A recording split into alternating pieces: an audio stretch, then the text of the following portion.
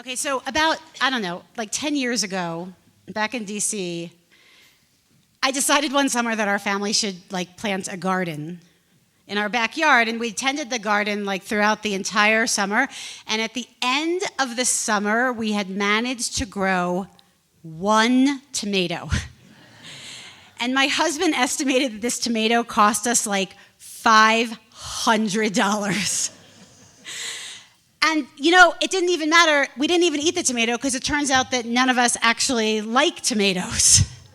So we just left it for all the squirrels and the deer that were in our neighborhood. And I was thinking, as I wrote this sermon this week, what a privilege it is, because the tomato was never the point. The point was I was trying to find something to relax myself, and I thought, gardening. Gardening is so relaxing. Turns out gardening was not relaxing to me, but that's a whole different sermon. So anyway, I thought gardening would be relaxing, and so the fact that we only grew one tomato, it didn't matter.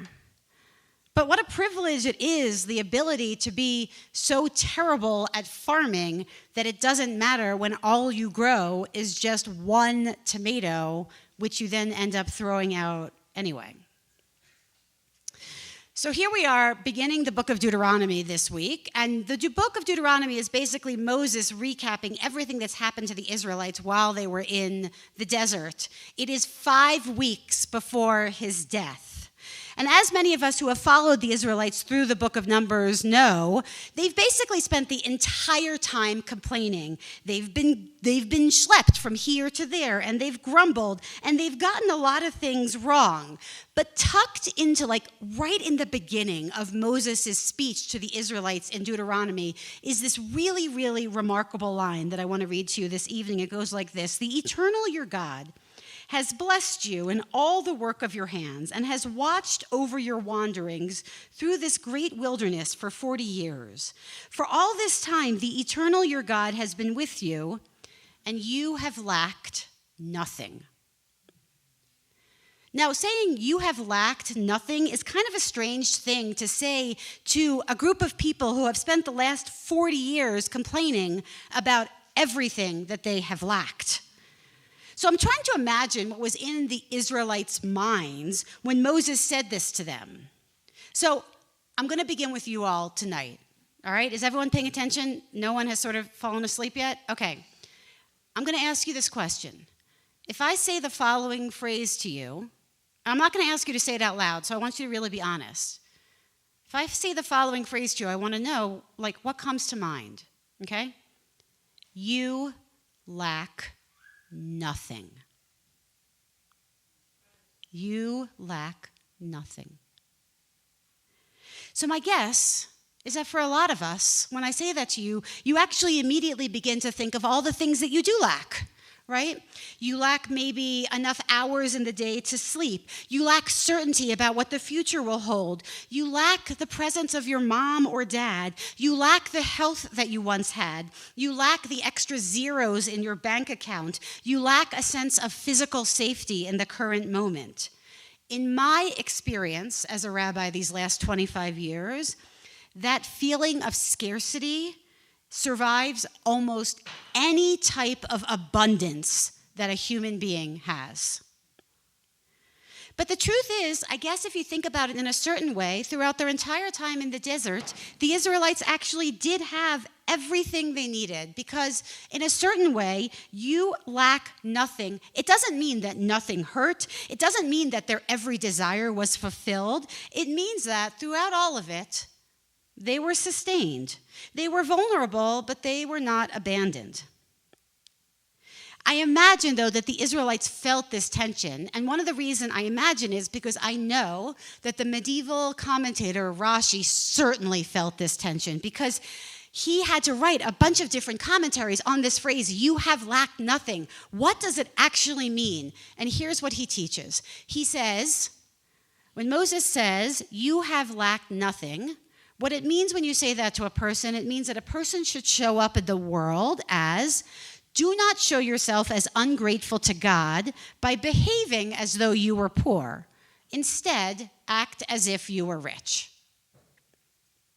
So at first glance, this could sound like terrible financial advice, right? Like fake it till you make it, or like spend money that you don't have. I think there's this whole thing called prosperity gospel, which I don't actually understand.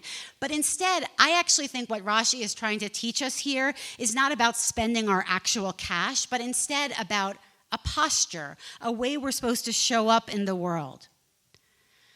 To act poor is to move through the world convinced that we are never going to have enough, that every gift that we give to another person is going to somehow diminish us, that every opportunity that we get must somehow be guarded, that every loss that we have will somehow undo us.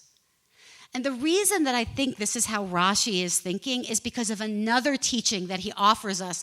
This one is all the way back in the book of Genesis, so you're just going to have to go with me on a little journey here. So in the book of Genesis, what's so weird is that Rashi first creates all the plants and all the seeds, but then there's no rain that comes. And so it's very confusing to the rabbis because how are the plants and seeds going to grow? Well, then God creates the first human, the Adam.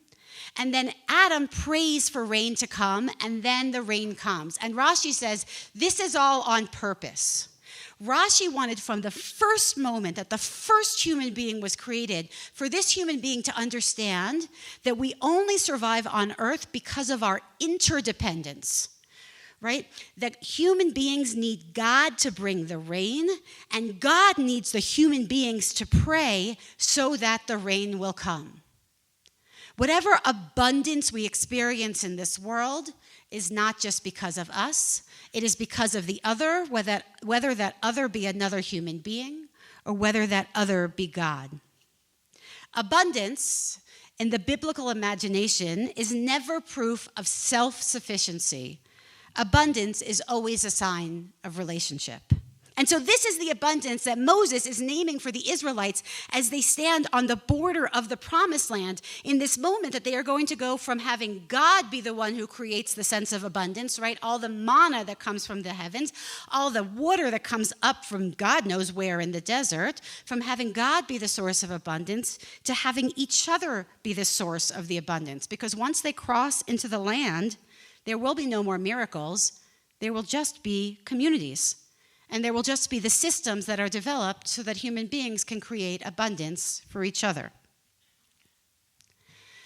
This week is the saddest week on the entire Jewish calendar. Because starting Wednesday night, we have the Jewish, it's not a holiday, it's a fast day of Tisha B'Av, the day on which we commemorate all the terrible things that have happened to the Jewish people over the course of our history. And it's a fast day that lasts for 25 hours. We're going to be commemorating it here with a text study from 10 to 11 on Thursday here at the chapel. And so this Shabbat is called Shabbat Chazon. It is the Shabbat of vision, immediately before Tisha B'Av, in which we're sort of brought into a space of how, when terrible things happen, can we stay together as a community and persevere. And tomorrow morning, when we're together on top of AJC for Shabbat morning services, Rabbi Sima is going to read the Haftarah, the prophetic reading for Shabbat Chazon, from the book of Isaiah. And part of what she is going to read, here's the backstory. Isaiah, in this Haftarah, he's looking out at society, which, by the way, during his lifetime, Jewish society was very, very prosperous economically. But he was quite unimpressed because ritual life was thriving. People were showing up for services, but the social fabric was, in fact, quite torn. The vulnerable were neglected. People in power were protecting only themselves. And Isaiah was saying that the wealth was circulating with only the people with the wealth sharing with each other and not with others. And so this is what he says. He speaks in God's name and he says, learn to do good, devote yourselves to justice, aid the wronged, uphold the rights of the orphan, defend the cause of the widow. One of the things that Isaiah teaches us in this week's Haftarah is this idea that once you understand that abundance comes not from having everything, but instead from knowing that you are in community with others who will hold you when perhaps you don't have enough, there is a responsibility that follows. Abundance actually works best, not when you hold it tight closely to your chest, but in fact, when it is shared, when we recognize that our lives are bound up one with another. I didn't have to care about that stupid tomato because I didn't have to worry about where my next meal would come from. My family's food doesn't, in fact, depend on whether it rains or even my gardening skill, thank God. Our survival is held by an abundant network, by a family who will catch us if we can no longer afford food, by the farm workers who grow the vegetables and pick them, even by a government infrastructure that's behind all of it. I don't get anywhere alone, and neither do any of us. And so right on this one Shabbat, tonight we'll talk about the abundance of Deuteronomy that says, you have so much that holds you. And tomorrow morning, we're going to talk about the responsibility of Isaiah that says, to who else should this embrace extend? Who should be able to get sick without going into medical debt? Who should be able to lose a job without losing everything? Who should be able to leave a dangerous relationship without losing their children? Who should be allowed to grow one terrible tomato without catastrophe? On this Shabbat of vision, may we learn to have gratitude for everything that already holds us, because there is so much. And may we work to grow the systems that will hold everybody else. Shabbat shalom, everyone.